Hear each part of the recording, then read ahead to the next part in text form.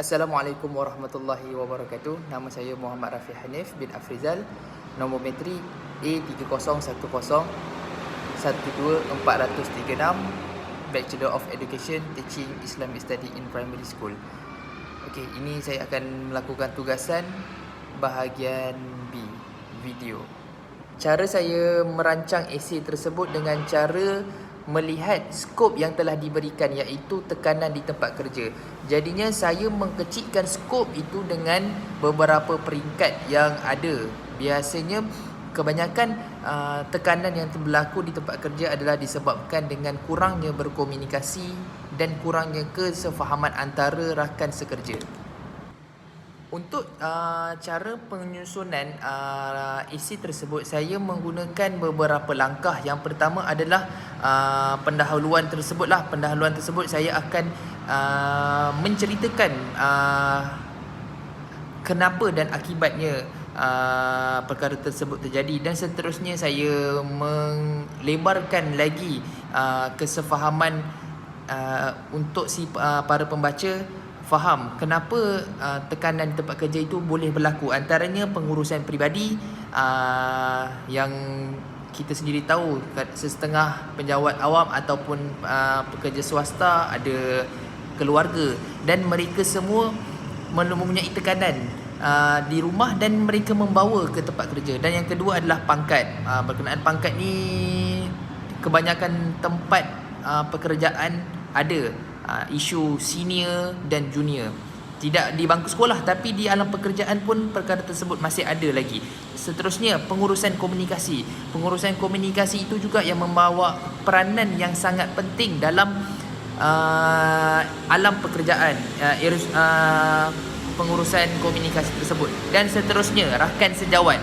Rakan sejawat juga adalah perkara yang paling penting lah dalam isu tersebut. Yang seterusnya, niat yang betul. Sebagai kita orang Islam, biasanya niat kita lah dalam bekerja ni kena amanah, jujur, sentiasa bertolak ansur, budi bicara.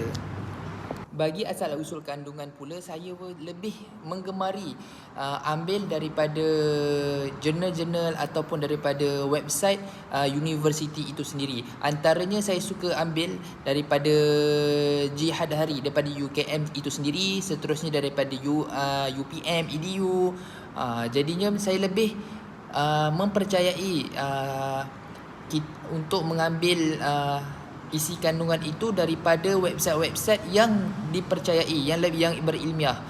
Jikalau saya menggunakan info-info daripada Wikipedia ataupun majalah, benda tersebut akan menjadi salah satu kecelaruan bagi untuk memastikan kesahihan ilmu tersebut adalah tepat. Antara sumber yang saya gunakan daripada website yang dipercayai di dalam esei yang saya lakukan adalah di bahagian perenggan yang ketiga, baris yang ke-10, iaitu punca stres ialah berasal dari kelemahan hati, dari Ahmad Yunus bin Muhammad dan Nur Siti Nur Safinas, SIF 2016. Di sini antara salah satu yang saya gunakan, input yang saya gunakan untuk dimasukkan di dalam tugasan esei saya. Dan itu di perenggan yang kedua, saya masukkan aspek iaitu berkenaan pengurusan peribadi merupakan langkah utama untuk memastikan diri kita dalam keadaan stabil. Ketidakstabilan seseorang akan mengakibatkan permasalahan itu lebih ketara akan berlaku. Tahap prestasi kerja bergantung kepada penglibatan individu sepenuhnya dalam tugas dan pekerjaan mereka. Rich et al. 2010. Untuk perenggan ketiga, baris yang kedua, menurut Muhammad Juraimi Haji Kadir 2014, hasil kajian mendapati persepsi seorang terhadap tekanan ada beberapa persamaan dan perbezaan. Namun demikian, dikenal pasti terdapat 3 punca utama, iaitu keadaan persekitaran, punca psikologi dan kedudukan personaliti seseorang itu. Jadinya dekat sini Muhammad Juraimi Haji Kadir dalam jurnalnya di UKM menyatakan perkara tersebut adalah mempunyai 3 punca yang utama, iaitu persekitaran, punca psikologi dan kedudukan personaliti. Untuk aspek yang mencabar bagi saya pada esei kali ini adalah saya mempelajari sesuatu perkara yang baru, iaitu berkenaan kita tidak boleh mengambil dari mana-mana sahaja maklumat untuk dijadikan sebagai bahan ilmiah, kerana kita perlu menjaga kestrukturan ilmiah tersebut agar tidak ada perkara-perkara yang palsu masuk dalam bahagian ilmiah. Di sini saya juga belajar beberapa perkara, iaitu berkenaan APA style, iaitu cara menstrukturkan tulisan mengikut kaedah ilmiah itu sendiri.